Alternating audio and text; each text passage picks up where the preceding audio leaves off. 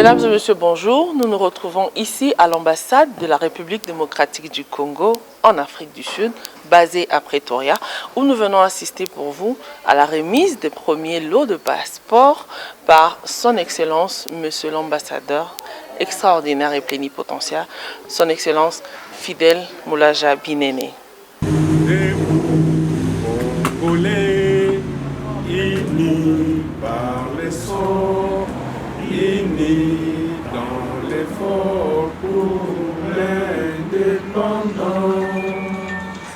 Laissons nos fronts longtemps courbés, et pour le bon, prenons les bribes et les langues dans la paix au fait de la danse.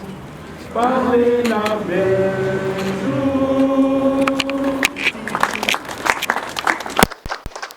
Bonjour mes bien-aimés frères. Bonjour. Je suis content de vous voir encore aujourd'hui. Président Ebengo, ça va? Bonjour. Bonjour. C'est juste symboliquement.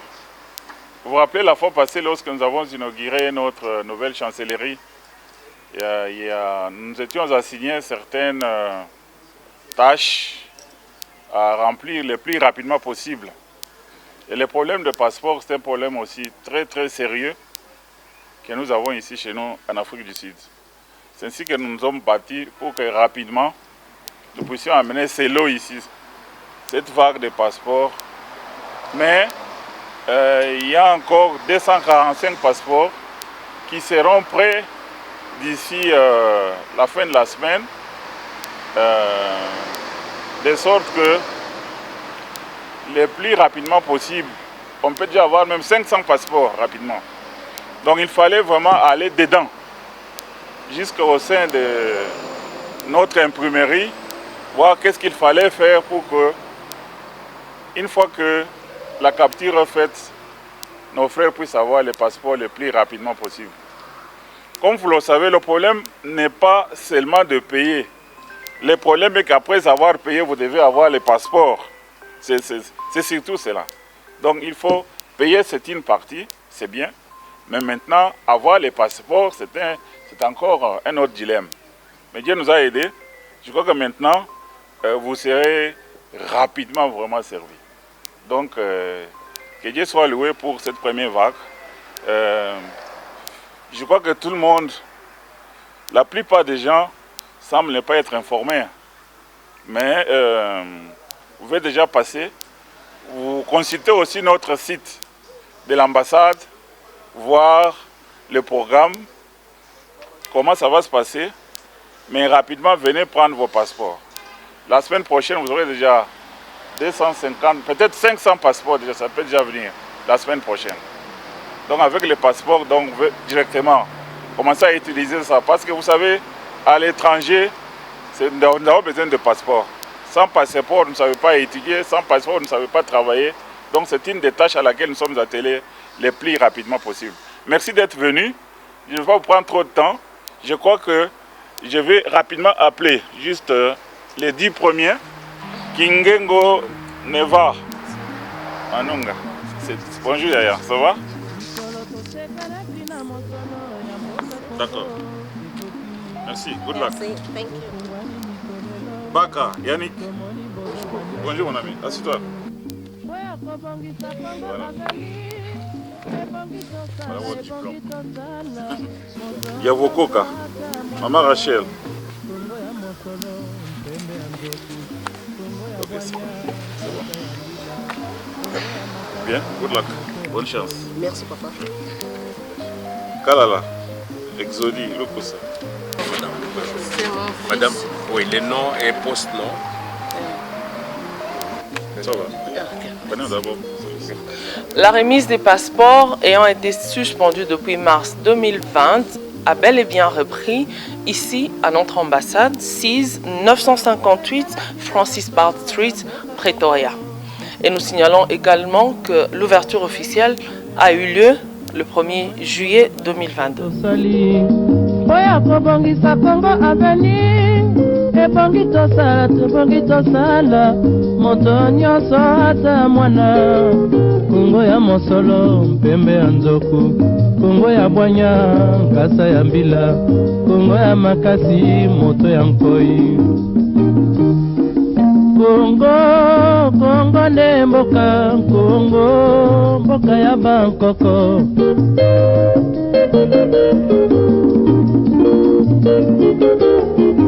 Kongo, boko mona pamba, lobi, boko lula yango.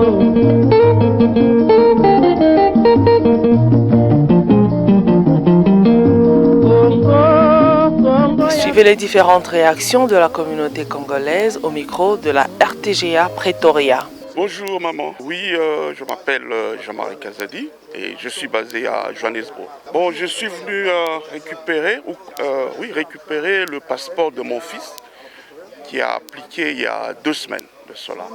Bon, il a appliqué normalement, il est venu, il a fait son application et 2 semaines après il a reçu son passeport. La procédure c'est qu'il est allé online sur le site de l'ambassade, il a fait son application, on l'a fait appeler à l'ambassade, il est venu pour la capture. Après la capture, il a attendu 2 semaines après le paiement de 2500 rennes, si je ne me trompe.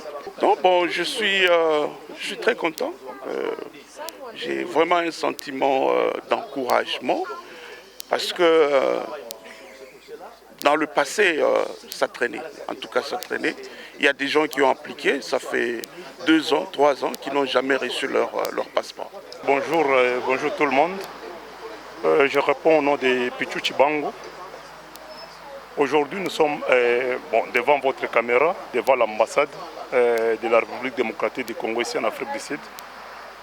Et on est surpris, c'est pour la toute première fois, depuis que le nouveau ambassadeur Fidel Moula Jabinene, qu'il est ici, il a quand même honoré dans les visions des chefs de l'État, parce qu'il faisait longtemps que nous avons appelé pour nos passeports.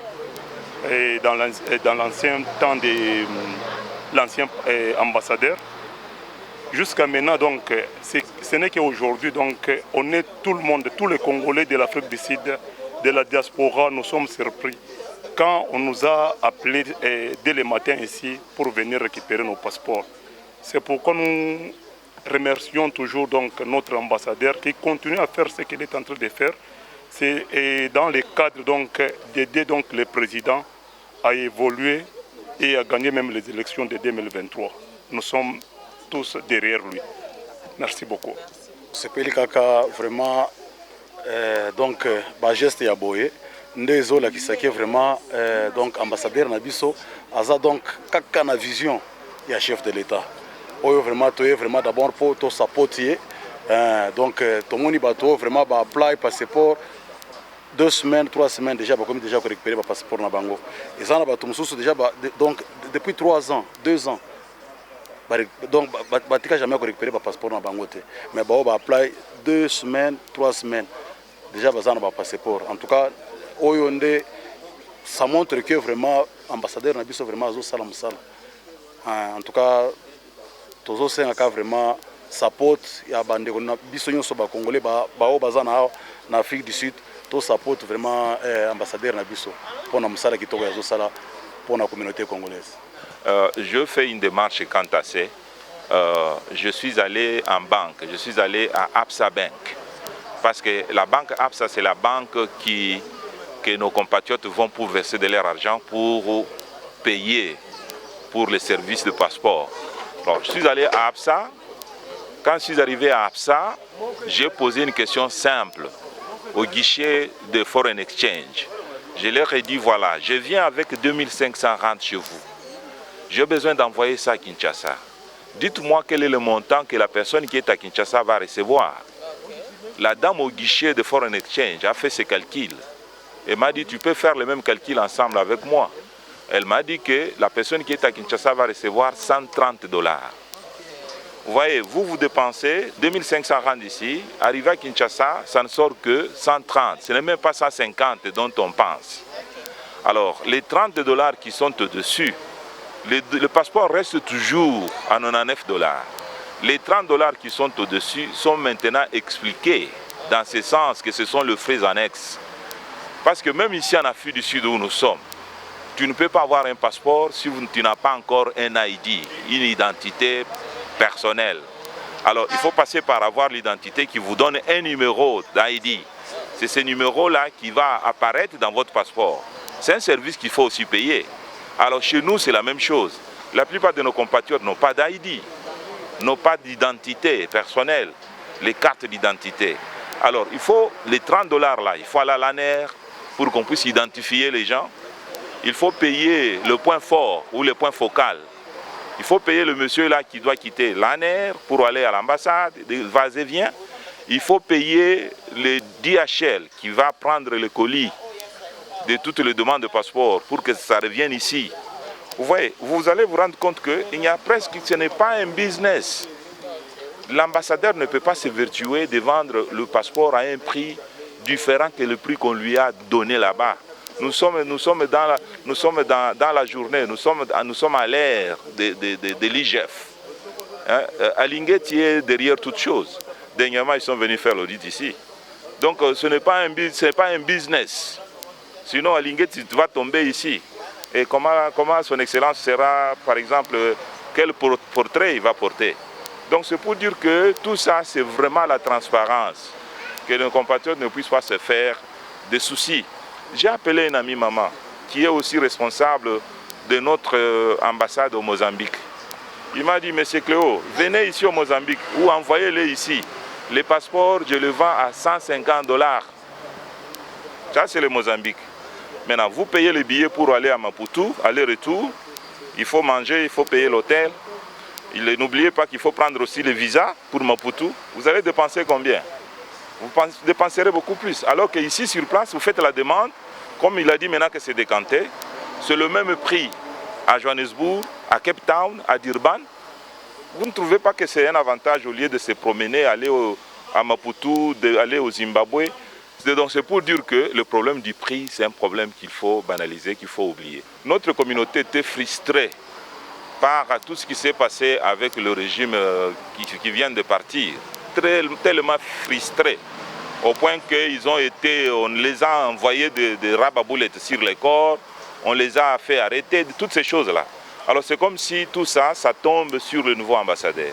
Alors il faut que nos confrères comprennent qu'il n'en est pour rien, il est là seulement pour servir la communauté et que bientôt, il va voir chacune de nos communautés. Il sera avec les gens de Pretoria.